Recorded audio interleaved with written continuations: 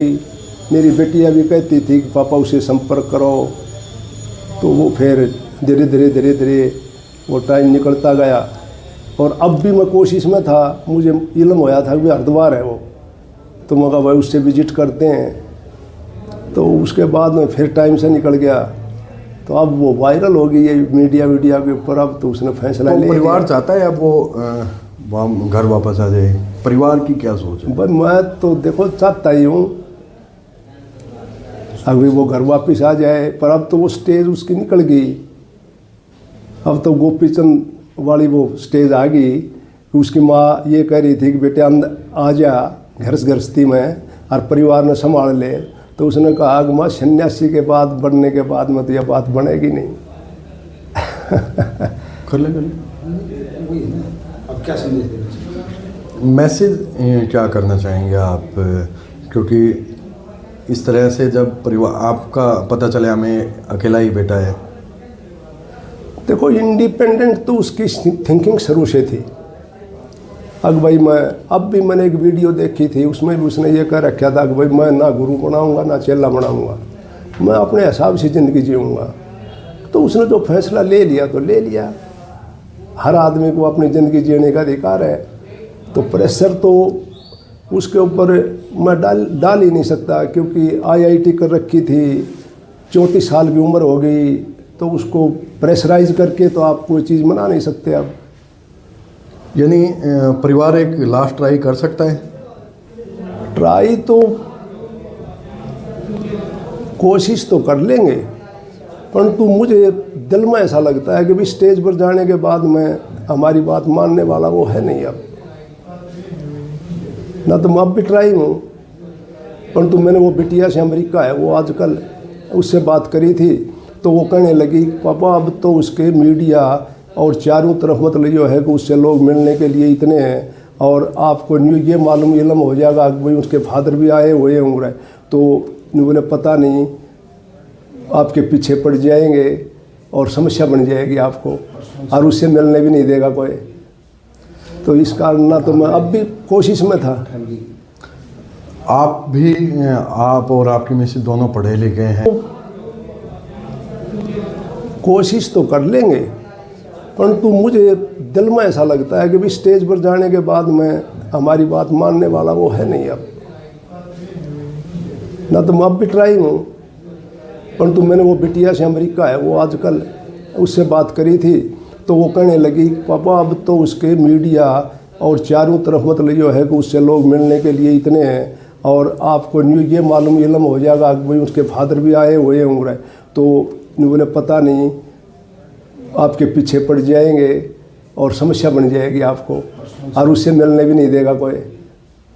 तो इस कारण ना तो मैं अब भी कोशिश में था। आप और आपकी मिसेस दोनों पढ़े लिखे हैं, अधिवक्ता हैं आप भी? हाँ, दो प्रधान भी रहे हैं, तो थोड़ा सा आपके बारे में भी थोड़ा। अब मेरा तो ये था कि भाई LLB करी, फिर MA भी करी थी जयपुर यूनिवर्सिटी से, उसके बाद में प्रैक्टिस में आ गए, और 1983 का मेरा रजिस्ट्रेशन हाई कोर्ट का, तो प्रैक्टिस कर रहे हैं अपनी। ठीक। वो तो एक्स्ट्रा ऑर्डिनरी तो शुरू से था पढ़ते समय। वो शुरू में तो 3 क्लास तो वो ये न्यूटन पब्लिक स्कूल है कोसली रोड के ऊपर, फिर 5वीं तक उसने विवेकानंद आर्य नगर में है उससे की थी। उसके बाद में लॉरेंस में चला गया था, लॉरेंस से +2 करने के बाद में उसने 6 महीना कोचिंग ली नारायणा जो IIT के पास है वहाँ उसकी रैंकिंग उस टाइम बहुत ठीक थी, 600-700 के बीच में थी मेरी समझ में तो। और उसके बाद में एडमिशन हो गया, तो वो कहने लगा कि फर्स्ट जो चॉइस है मैं उस IIT के अंदर जाऊंगा। फिर मैं अभी देख ले, मैं तो ये कह रहा था मैं अभी दिल्ली बुल्ली ले ले हम भी मिलाएंगे, नहीं बोले ना बम्बे जाऊंगा। मैं बम्बे चला गया, IIT कर ली। IIT के बाद में कैंपस के अंदर उसके आते थे वो ये कंपनियां आती थी जॉब के लिए, तो उसने मुझे कहा कि भाई वो कंपनी वाले आते हैं और कैंपस से ही ले जाते हैं, क्या करूं। तो मैं उसको कहने लगा, मैं कहा भाई ये कंपनी वाले तो बक्कल फोड़ते हैं, 2 लाख का काम करेगा जब 1 लाख रुपए देंगे और पढ़ ले। फिर उसने मास्टर ऑफ डिजाइनिंग करी। उस दौरान फोटोग्राफी का भी उसने काफ़ी चाव था, साथ साथ फोटोग्राफी का भी उसने मामला जोड़ा, वो भी उसकी अच्छी प्रोग्रेस मिली। और उसके बाद में उसने 6 महीना के लगभग दिल्ली एक कंपनी के अंदर सर्विस भी करी। फिर वो जो बेटी थी वो कनाडा थी, वो कनाडा ले गई उसने, 2-2.5 साल तक वहाँ भी उसने सर्विस करी कंपनी में, जो एक अच्छी वो रेपुटेड कंपनी थी उसमें। उसके बाद में कहने लगा भाई मैं तो नौकरी नहीं करूँगा और मैं तो इंडिया आऊँगा। तो मैंने यस कर दी, आ गया। आने के बाद में वो उसने फिर अपना दिल्ली चला गया। दिल्ली 3 महीने तक रहा। गर्मी का मौसम था, गर्मी लग गई।